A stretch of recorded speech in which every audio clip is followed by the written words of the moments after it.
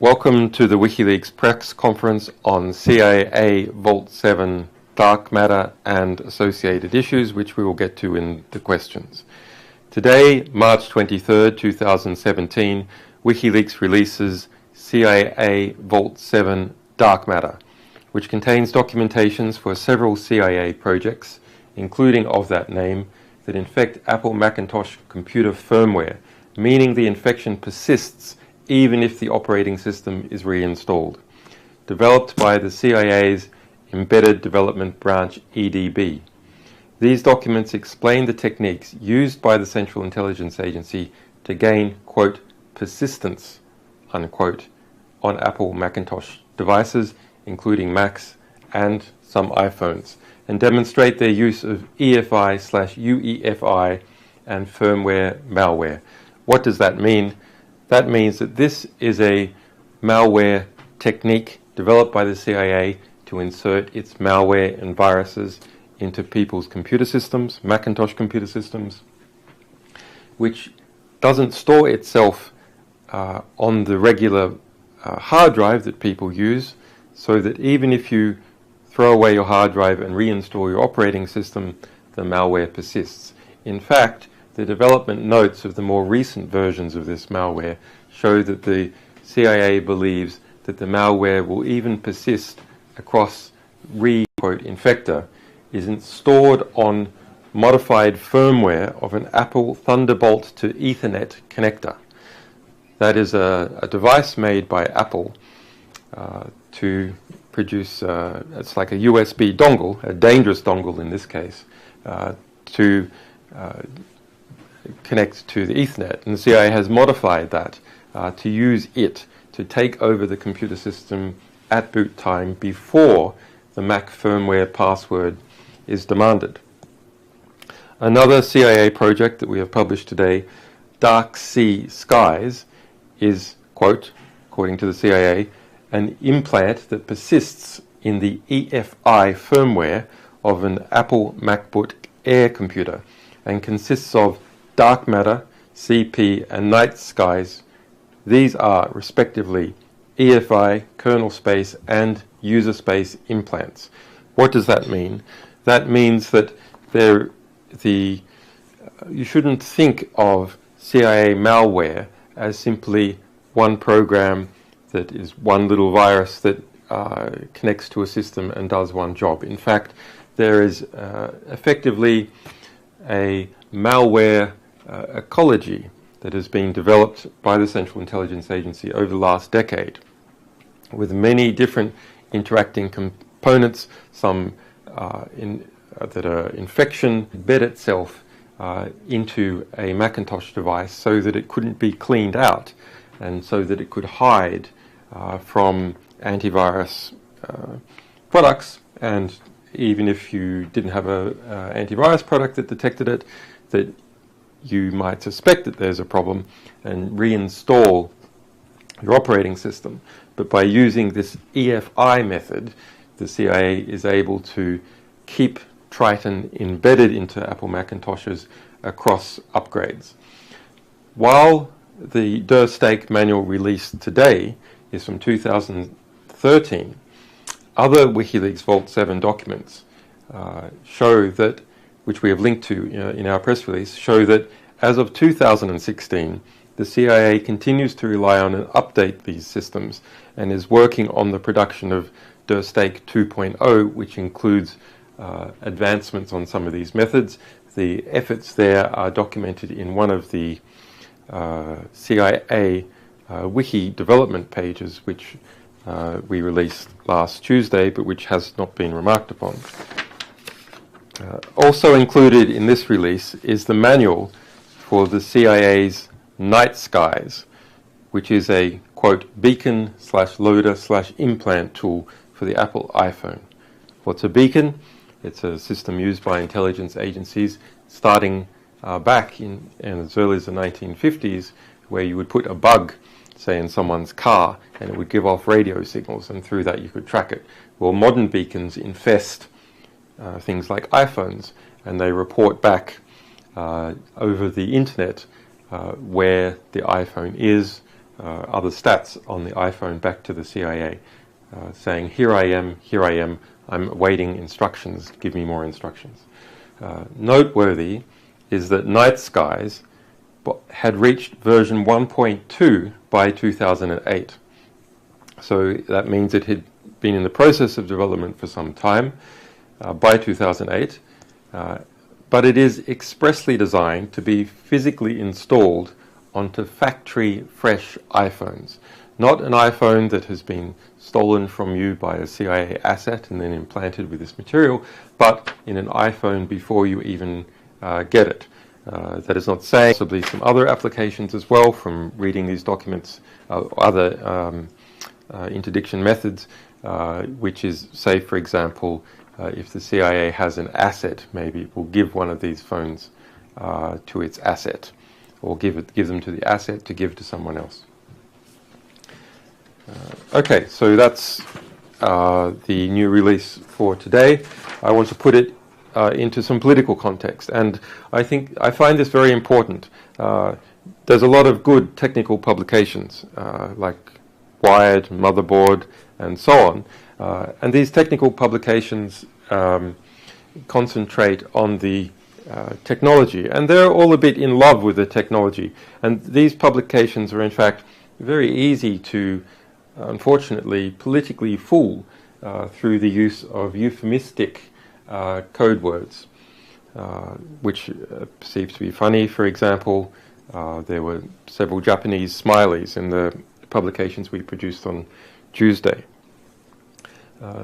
But because they're technical publications, they specialize in technical aspects, not looking at how those technical aspects connect to the institutional, political and geopolitical components that, of course, involve any large organization like a Central Intelligence Agency, which has to fight for budget and depends on particular alliances within a state and without a state and between states to do its work. So let's pull back. Yes, the Central Intelligence Agency has produced methods of infecting Apple Macintoshes, which are used all around the world, and iPhones, and it has quite it has a very considerable effort to do that through its embedded development branch, but also other branches, and there's a lot more material on that to come. What we've produced today with dark matter is just a small example. But the Central Intelligence Agency is the largest intelligence agency in the world.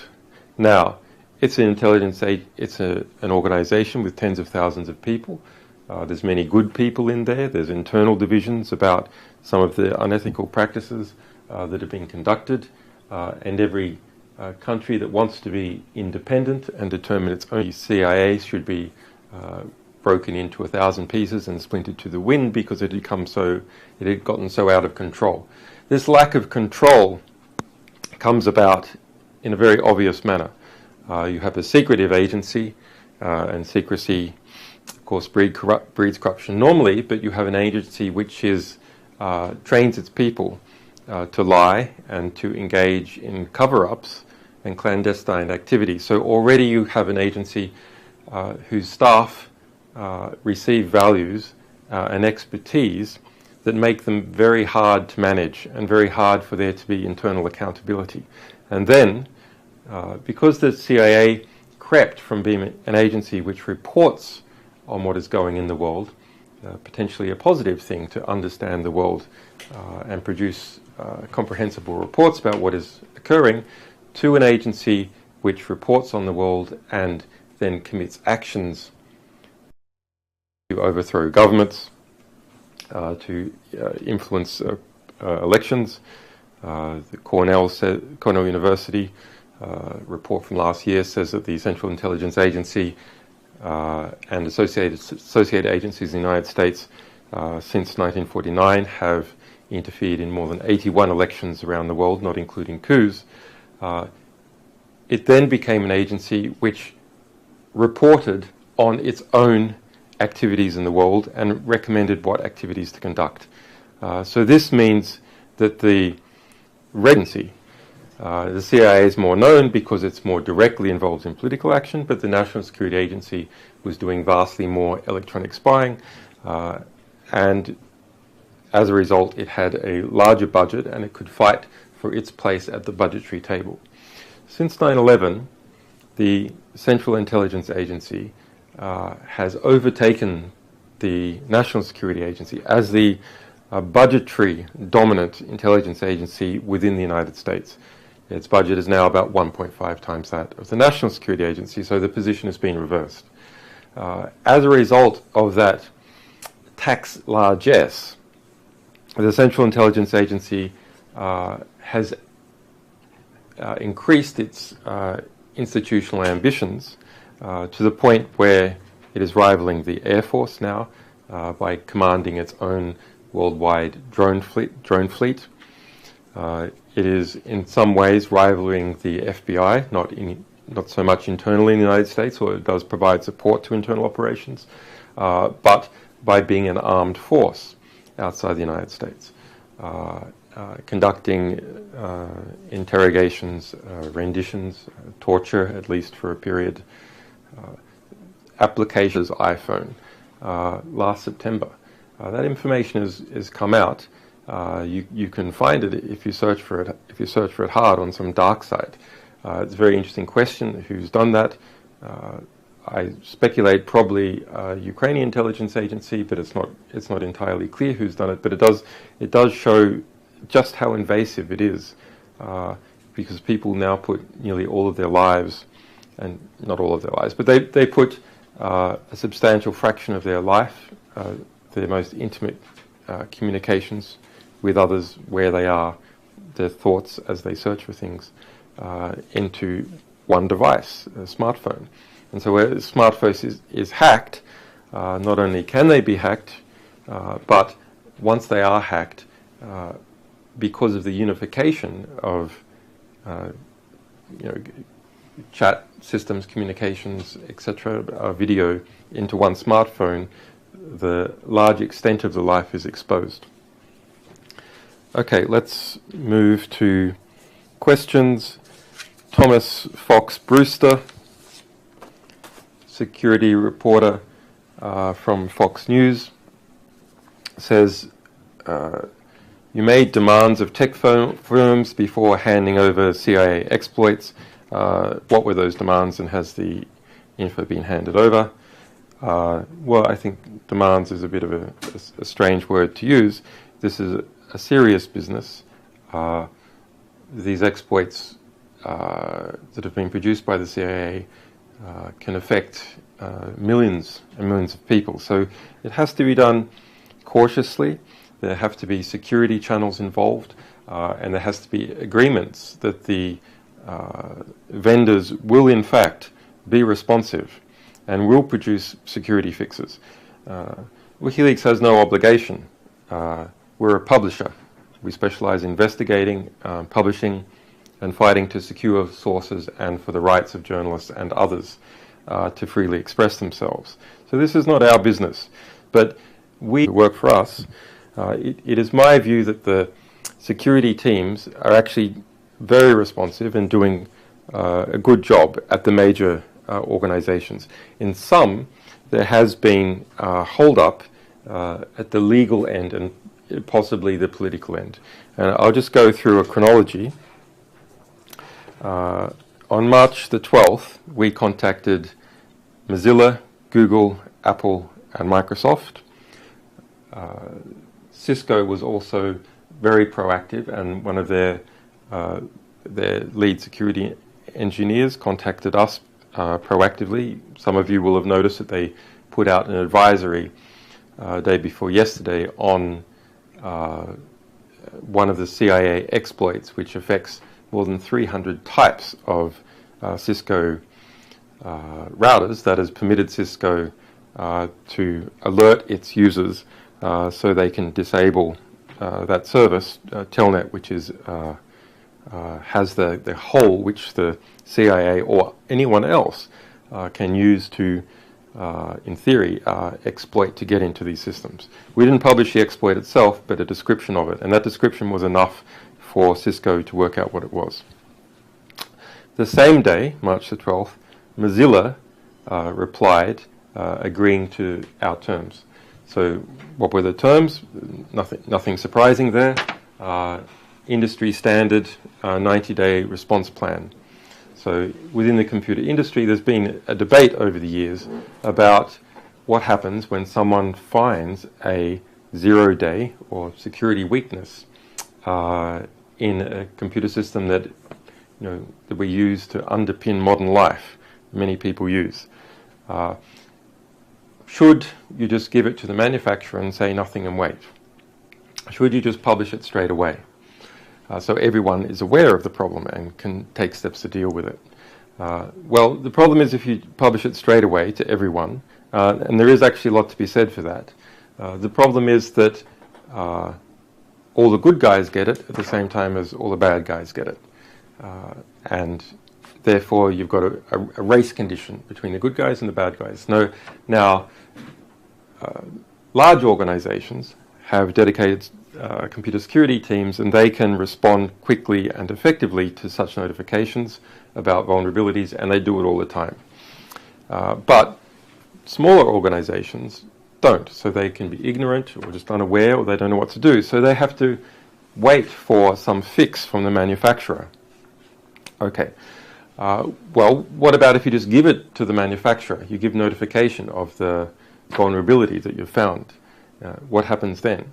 And you just wait for a fix. Well, they don't fix it. That's been the long experience of people, security consultants who have found these things. They just don't fix it. Why? Because there's not pressure to do it, it costs money, it's embarrassing, etc. So over time, the industry has evolved to and we were responsive. March 13, Google acknowledged receipt of our initial approach, but didn't address the terms. There's no, we didn't demand money from these organizations, etc. All that is in our terms is the standard industry terms. You've got 90 days. We need a secure point of contact, encryption keys to make sure that when we communicate this information to you, other people can't get at it. This is a high security, very delicate business.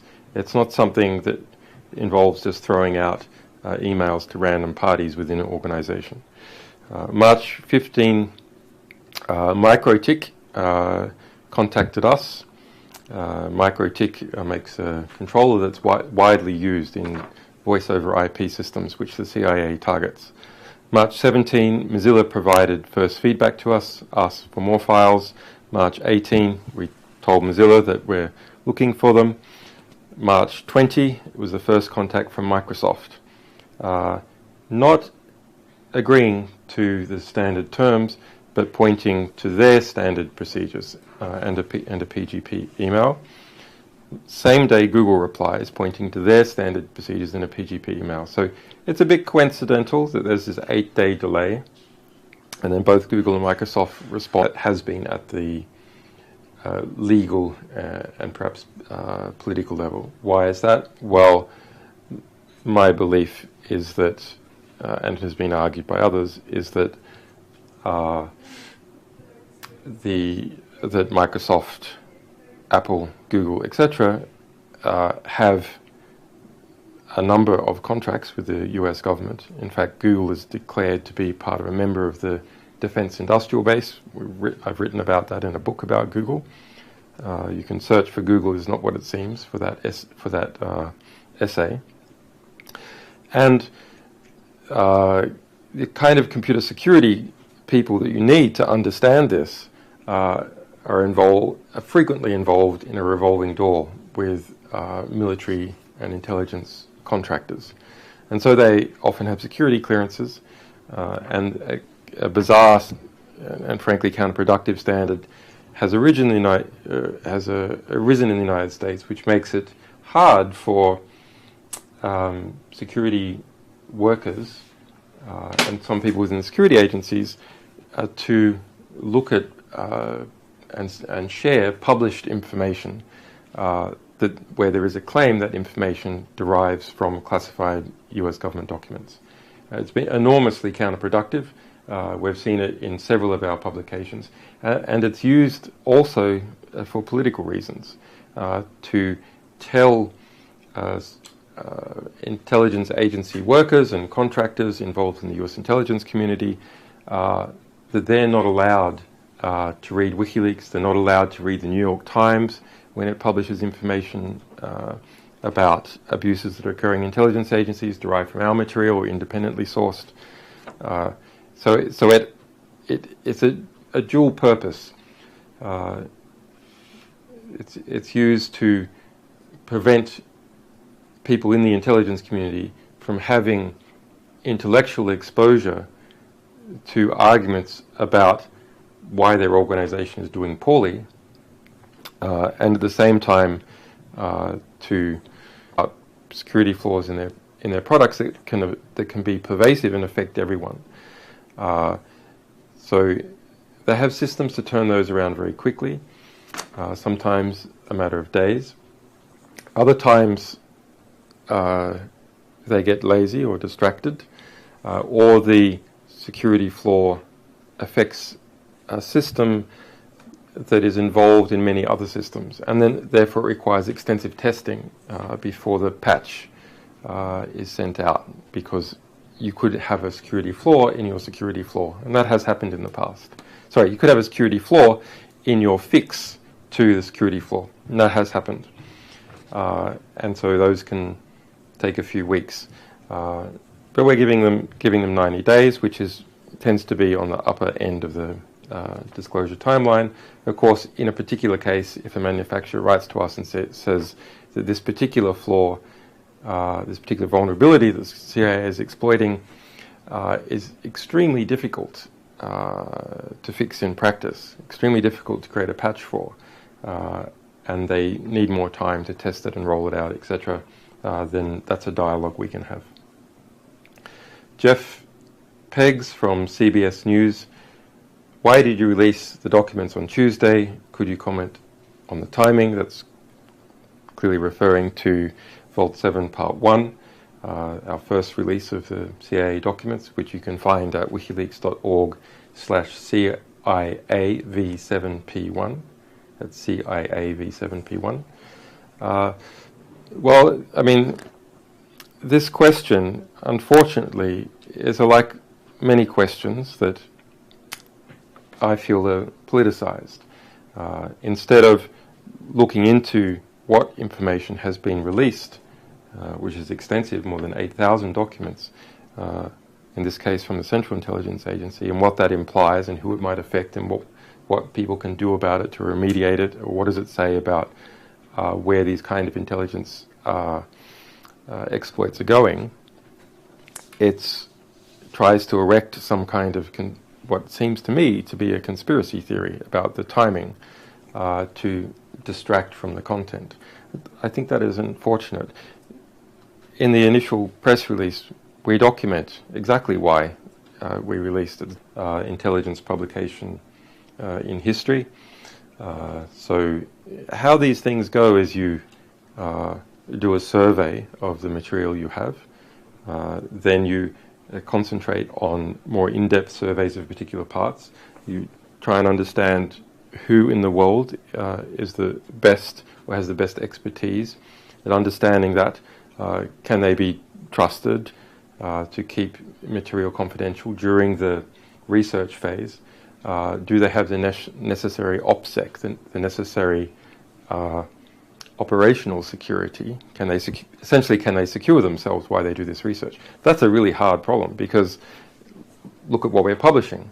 It's about not only the Central Intelligence Agency, but that precise section, at least at the moment, of the CIA, which is involved in hacking people. So how are journalists going to securely receive information from us? How are they going to securely work on it? How are they going to securely coordinate? Well, we have answers to those questions for people that we are very used to working with. We've built up a encrypted contacts and so on, but it's quite hard for many journalists to understand how to research a topic like this and keep themselves secure. So to summarize, there's probably a year of publications, I would say, moving. It's included informants, it's included flying FBI agents and prosecutors into Iceland, it's included transnational payoffs to informants, it's included getting people to wear wires. It's a really outrageous investigation that most of it was conducted under the administration of Barack Obama, sadly. Now, over time, there's been some embarrassment about that continued investigation by the DOJ. It's why I have political asylum from Ecuador. The United Nations, twice in the last 12 months, has said that my ongoing detention is illegal under international law, the binding international law that the UK is part of, and Sweden. But formally, it continues on. And there was a statement recently that that grand jury process has now been expanded to include this recent publication of Vault 7 material. It's not clear whether that is concentrating on the alleged sources for the material or whether it is also going to look at the publisher and the journalists involved. Now, you might think, well, okay, after Barack Obama gave Chelsea Manning, or promised to give Chelsea Manning a clemency, she's going to be released, predictably disastrous results. So as a result, there was a lot of opposition within the Democratic Party to Barack Obama pardoning Chelsea Manning under the basis that this is what I had campaigned for, it's what WikiLeaks had campaigned for a long time. It would basically be giving WikiLeaks a free kick. So we wanted to make it so it wasn't a free kick, so that it could be argued within inside the Democratic Party that I will suffer, or WikiLeaks will suffer. And so he said, okay, if you do that, then I will come to the United States if he's pardoned, etc. Now he hasn't been released. That's May 19. But I'm very happy to engage with the process in the United States, provided my rights are respected. Why is that? WikiLeaks is a publisher. I'm a publisher. We have the UN on side. I formally have political asylum. This is a completely absurd case against me and possibly our staff. They've certainly been swept up in it. It's a completely absurd case. We wrote to Loretta Lynch. We've written to DOJ many times asking them to drop the case. We wrote again to Loretta Lynch shortly before the November 8 election, asking her again to drop that case because it's unconstitutional under the First Amendment. It's something that it creates a worrying precedent that can affect all journalists and publishers. And under 2015, let's put it a different way, both on the from the Republican-aligned media groups and from the Democrat-aligned media groups.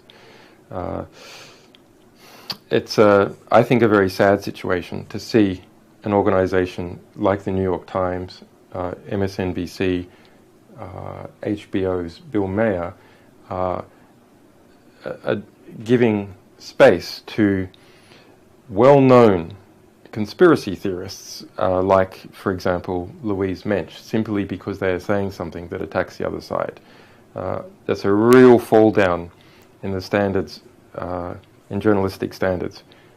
I'm not one of these people who believes the mainstream media, the establishment media, was once okay and is now bad. It's always been bad, frankly, if you have high standards.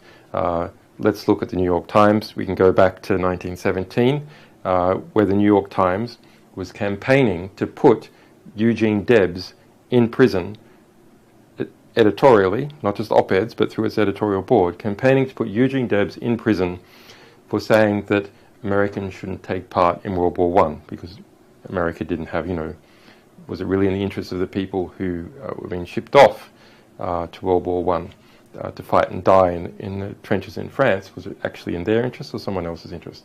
It's a matter of debate, but it's a speech act. And the New York Times campaigned to put him in prison under the Espionage Act. That same Espionage Act that is spoken about in relation to Hillary Clinton and me and these other sources that are appearing in the Washington Post and New York Times. So that's unfortunately when things are serious and reach to a high level, that media organizations, they have their alliances, and the people who work in them, they have their alliances. That's not new. What is new is how conspicuous and how compelled those biases seem to be, that increasing politicization. So this kind of stuff comes from that. Tax returns, we call for Donald Trump's tax returns publicly and privately with our sources during the election multiple times, after the election. Of course, it is unusual and indeed pull back. This is really fascinating. So the internet was a creation of the US industrial, military, intelligence, academic complex. That's where it comes from. And it was then corporatized, democratized, and commodified. And as a result, it became very cheap, and lots of people became involved, and it became a space where people could easily publish. And the easiest type of publishing on the internet is social media publishing. But because the internet is one standard protocol, and it's only 220 milliseconds from New York to Nairobi, it means that one company can start expanding itself over that entire region, because there's no locality. It's not like a manufacturer of apples, for example, where the apples start to decay. The Facebook can get its data from a data center in New York to a user in Nairobi in a fifth of a second. Opponents, it's large companies acting against its interests by introducing, from an establishment perspective, uncontrolled popularism, where you don't know where that leads, and you've seen partly where it leads. It leads to people who are not already accepted widely as establishment candidates from beating existing establishment candidates. They're approved of the major sections of establishments in different countries. So in response to this outbreak of popularism, Google and Facebook formally have announced that they are going to introduce a system to be used in the French election, explicitly in the French election, to stop what they say is fake news. Now, fake news is a real phenomenon. Fake news has been around for a long time. It exists in two forms. One is the obvious form. For example, in the US election, there was fake news that the Pope had endorsed Donald Trump. Strictly false. The headline was false. The major underpinning of the story is false. But similarly, Washington Post and New York Times had headlines that were fake news, disastrous, that ended up killing and displacing millions of people, about the Iraq War. And every day, large press organizations pump out fake news, either in detail or in the headline. Usually not quite as obvious as that Pope example. So the judgment as to what is fake news, someone has to do it. And there's cases where many people can agree on. For example, that case with Donald Trump and the Pope, that's clearly fake. There's no, not really any angle you could take where that is true. And then others which are value judgment. So the organizations which Google and Facebook have pulled into this endeavor to police the French election all, of course, have particular angles. Nearly none of them are French, for a start. It's, have you been in direct contact with Apple? If so, did Apple respond? Yes, we have, and yes, Apple has. We have good intercommunications with their security teams. As I said, above that, things are a bit politicized, but I think now the political approach has been solved, and so we're just down to a healthy technical interaction. Okay, that's it. This was the WikiLeaks press conference on Dark Matter, 23rd of March 2017. If you're a source and you have documents and you want to give them to WikiLeaks or archives, go to wikileaks.org. There's a submit button there. Press that. It will give you instructions on how to securely send us information. If you want to speed up WikiLeaks publication process and help us defend against this legal case involving this new grand jury in relation to this current publication, you can go to wikileaks.org and there's a donate button. We're tax deductible in the United States through the Freedom of Press Foundation, which is mentioned there, and in Europe-wide through the, or rather EU-wide through the Wow Holland Foundation. If you're a tech company and you haven't made a successful contact with us yet in relation to the CIA's attacks on your systems, if you perceive, looking at our publications, that they might be there, please email security@wikileaks.org. That's security@wikileaks.org. You can also have a look, and everyone might want to do this, you can also have a look at the WikiLeaks Research Community Challenge number 2. That is to go through the Vault 7 materials that we are publishing, pull out all the names of the companies and computer systems and phone types and routers that are affected by these CIA attacks, and document which pages are there. That will help us contact the manufacturers. It will also help the manufacturers see that they're affected, and will help people try and avoid those products that have weaknesses. Just search for WikiLeaks Research Community. We've tweeted out several links about that. You can also go back through our tweets and have a look. There's you can also go to Reddit, reddit.com/r/WikiLeaks. There's some discussions on there as well. There's a collaborative chat channel also on Matrix, which is listed in the tweets and also on that Reddit page. You can also go to .org, that's our.wikileaks.org, which is a wiki.